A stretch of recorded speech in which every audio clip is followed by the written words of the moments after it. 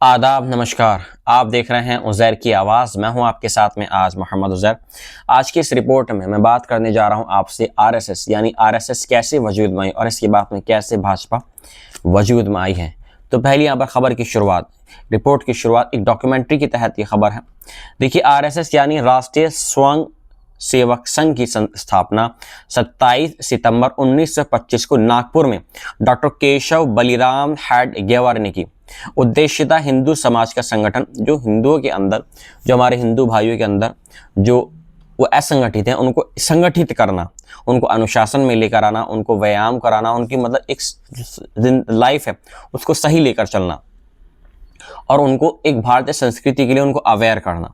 शुरुआती दिनों में संघ केवल सांस्कृतिक संगठन था और राजनीति से दूर रहा। शुरुआती दिनों में जो संघ था यानी जो आरएसएस था, वहां पर जो सांस्कृतिक कार्यक्रम होते थे, लोगों का अवेयर किया जाता था, लेकिन राजनीति से उसका कुछ भी ताल्लुक नहीं था।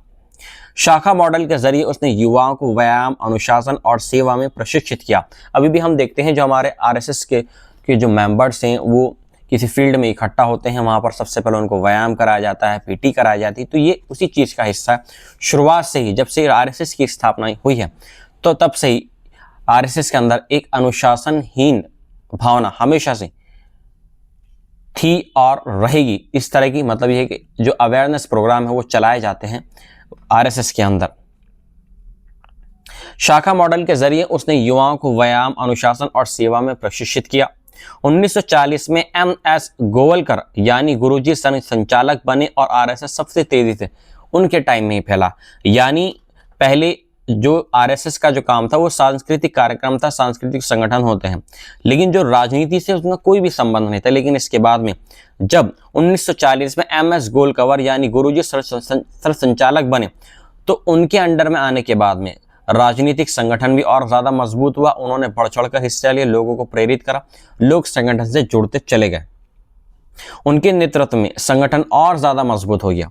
1948 में महात्मा गांधी की हत्या के बाद आरएसएस पर प्रतिबंध लग गया, लेकिन जांच में कोई सीधा दोष न मिलने पर 1949 में प्रतिबंध हटा दिया गया। देखिए, यहाँ पर 1948 में जब महात्मा गांधी की हत्या हुई थी तो आरएसएस पर प्रतिबंध लगा था, लेकिन इसके बाद में जब कोई ठोस प्रमाण नहीं मिले कि ये इसमें आरएसएस का हाथ है या किसी और का हाथ है, तो 1949 में प्रतिबंधों को बिल्कुल से हटा लिया गया आरएसएस के ऊपर से। 1975 के इमरजेंसी में संघ पर फिर प्रतिबंध लगा। हजारों संघ सेवक जेल गए। इससे संघ का जनाधार और भी ज्यादा बढ़ गया, लोग और ज्यादा अवेयर हो गए, संघ से जुड़ने लगे और ज्यादा। आने वाले वर्षों में आरएसएस ने एबीवीपी, वीएचपी, बीएमएस, सेवा भारती, वनवासी कल्याण आश्रम जैसे संगठन बनाकर संघ परिवार का विशाल नेटवर्क तैयार किया। देखिए, आरएसएस के अलावा आरएसएस की और कई ब्रांचें हैं, जैसे एबीवीपी है, वीएचपी है, बीएमएस है, सेवा भारती है, वनवासी है, कल्याण आश्रम जैसे कई संगठन बने और इन संगठनों के जरिए आरएसएस ने और ज्यादा मतलब अपने जो संगठन है उसको और विस्तार दिया। राजनीतिक मंच देने के लिए 1951 में आरएसएस के प्रेरणा से डॉक्टर श्यामा प्रसाद मुखर्जी ने भारतीय जनसंघ की स्थापना की। देखिए, यहाँ पर एक अहम खबर, यहाँ पर एक अहम नॉलेज, एक अहम हिस्ट्री की नॉलेज यहाँ पर ये है कि राजनीतिक मंच देने के लिए 1951 में आरएसएस के प्रेरणा से डॉक्टर श्यामा प्रसाद मुखर्जी ने भारतीय जनसंघ की स्थापना की। देखिए, जनसंघ की जो स्थापना हुई वो 1951 में हुई थी। जनसंघ की स्थापना ये बीजेपी का पहला रूप था, यानी एक यहाँ पर बीजेपी बाद में दूसरे नाम से जानी गई, पहले ये जनसंघ के नाम से जानी जाती थी। इमरजेंसी के बाद 1977 में जनसंघ गुट जनता पार्टी में शामिल हो गया।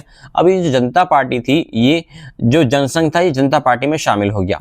मोरारजी देसाई प्रधानमंत्री बने, लेकिन द्विविध सदस्यता विवाद के कारण जनसंघ धड़ा अलग हो गया और 6 अप्रैल 1980 को अटल बिहारी वाजपेयी, लाल कृष्ण आडवाणी, नानाजी देशमुख जैसे नेताओं ने भारतीय जनता पार्टी बनाई। अभी जो भारतीय जनता पार्टी बनी है, ये बनी है अटल बिहारी वाजपेयी, लाल कृष्ण आडवाणी और नानाजी देशमुख जैसे राजनेताओं ने भारतीय जनता पार्टी की यहाँ पर स्थापना किया। शुरुआती वर्षों में बीजेपी को बहुत कम यहाँ पर सफलता मिली, पर 1986 के बाद राम जन्मभूमि आंदोलन और 1990 की आडवाणी की रथ यात्रा से पार्टी का जनाधार और ज्यादा बढ़ गया। 1996 में पहली बार बीजेपी सरकार बनी, पर 13 दिन में ही वो गिर गई। और अटल बिहारी वाजपेयी ने पोखरण परमाणु परीक्षण, कारगिल युद्ध, स्वर्णिम चतुर्भुज हाईवे नेटवर्क और दूर संचार सुधार जैसे बड़े कदम उठाए। ये जो काम हुए हैं जो मैंने आपको बताए हैं, अटल बिहारी वाजपेयी जब प्रधानमंत्री है उनके कार्यकाल में ही हुए। 2004 में सत्ता हाथ से जाने के बाद बीजेपी ने 10 साल विपक्ष में बिताए और फिर 2014 में नरेंद्र मोदी के नेतृत्व में ऐतिहासिक जीत के साथ सत्ता में लौटी। इसके बाद 2019 में और बड़ा जनादेश मिला और केंद्र में मजबूत सरकार बनी। मोदी युग में नोटबंदी, GST, digital India, make in India, article 370 हटाना, राम मंदिर मार्ग प्रशस्त करना यानी राम मंदिर का निर्माण जैसे, और विदेश नीति का पुनर्गठन और रक्षा आधुनिकरण जैसे कई बड़े यहाँ पर फैसले हुए जो भारतीय जनता पार्टी की अध्यक्षता में हुए, यानी उसके कार्यकाल में ही हुए। आरएसएस और बीजेपी के संबंध विचारधारा और संगठनात्मक पृष्ठभूमि के स्तर पर जुड़े हुए हैं। आरएसएस सांस्कृतिक सामाजिक दिशा तय करता है, जबकि बीजेपी राजनीतिक मंच के रूप में काम करती है। दोनों की भूमिका भारतीय राजनीति और समाज में 100 साल से अधिक समय में एक विशाल प्रभाव के रूप में विकसित हुई है। यही आरएसएस से जनसंघ और जनसंघ से बीजेपी। 1940 में एमएस गोलकवर यानी गुरुजी सरसंचालक बने, तो उनके अंडर में आने के बाद में राजनीतिक संगठन भी और ज्यादा मजबूत हुआ। उन्होंने बढ़ चढ़कर हिस्सा लिया, लोगों को प्रेरित करा, लोग संगठन से जुड़ते चले गए। उनके नेतृत्व में संगठन और ज्यादा मजबूत हो गया। 1948 में महात्मा गांधी की हत्या के बाद आरएसएस पर प्रतिबंध लग गया, लेकिन जांच में कोई सीधा दोष न मिलने पर 1949 में प्रतिबंध हटा दिया गया। देखिए यहाँ पर 1948 में जब महात्मा गांधी की हत्या हुई थी तो आरएसएस पर प्रतिबंध लगा था, लेकिन इसके बाद में जब कोई ठोस प्रमाण नहीं मिले कि ये इसमें आरएसएस का हाथ है या किसी और का हाथ है, तो 1949 में प्रतिबंधों को बिल्कुल से हटा लिया गया आरएसएस के ऊपर से। 1975 के इमरजेंसी में संघ पर फिर प्रतिबंध लगा। हजारों संघ सेवक जेल गए। इससे संघ का जनाधार और भी ज्यादा बढ़ गया, लोग और ज्यादा अवेयर हो गए, संघ से जुड़ने लगे और ज्यादा। आने वाले वर्षों में आरएसएस ने एबीवीपी, वीएचपी, बीएमएस, सेवा भारती, वनवासी कल्याण आश्रम जैसे संगठन बनाकर संघ परिवार का विशाल नेटवर्क तैयार किया। देखिए आरएसएस के अलावा आरएसएस की और कई ब्रांचें हैं, जैसे एबीवीपी है, वीएचपी है, बीएमएस है, सेवा भारती है, वनवासी है, कल्याण आश्रम जैसे कई संगठन बने और इन संगठनों के जरिए आरएसएस ने और ज्यादा मतलब अपने जो संगठन है उसको और विस्तार दिया।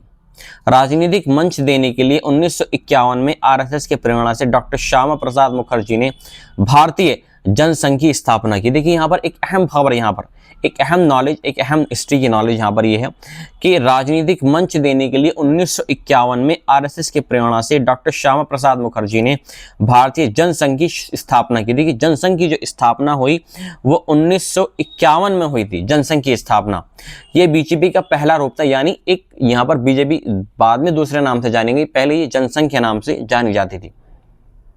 इमरजेंसी के बाद 1977 में जनसंघ गुट जनता पार्टी में शामिल हो गया। अब ये जो जनता पार्टी थी, ये जो जनसंघ था, ये जनता पार्टी में शामिल हो गया।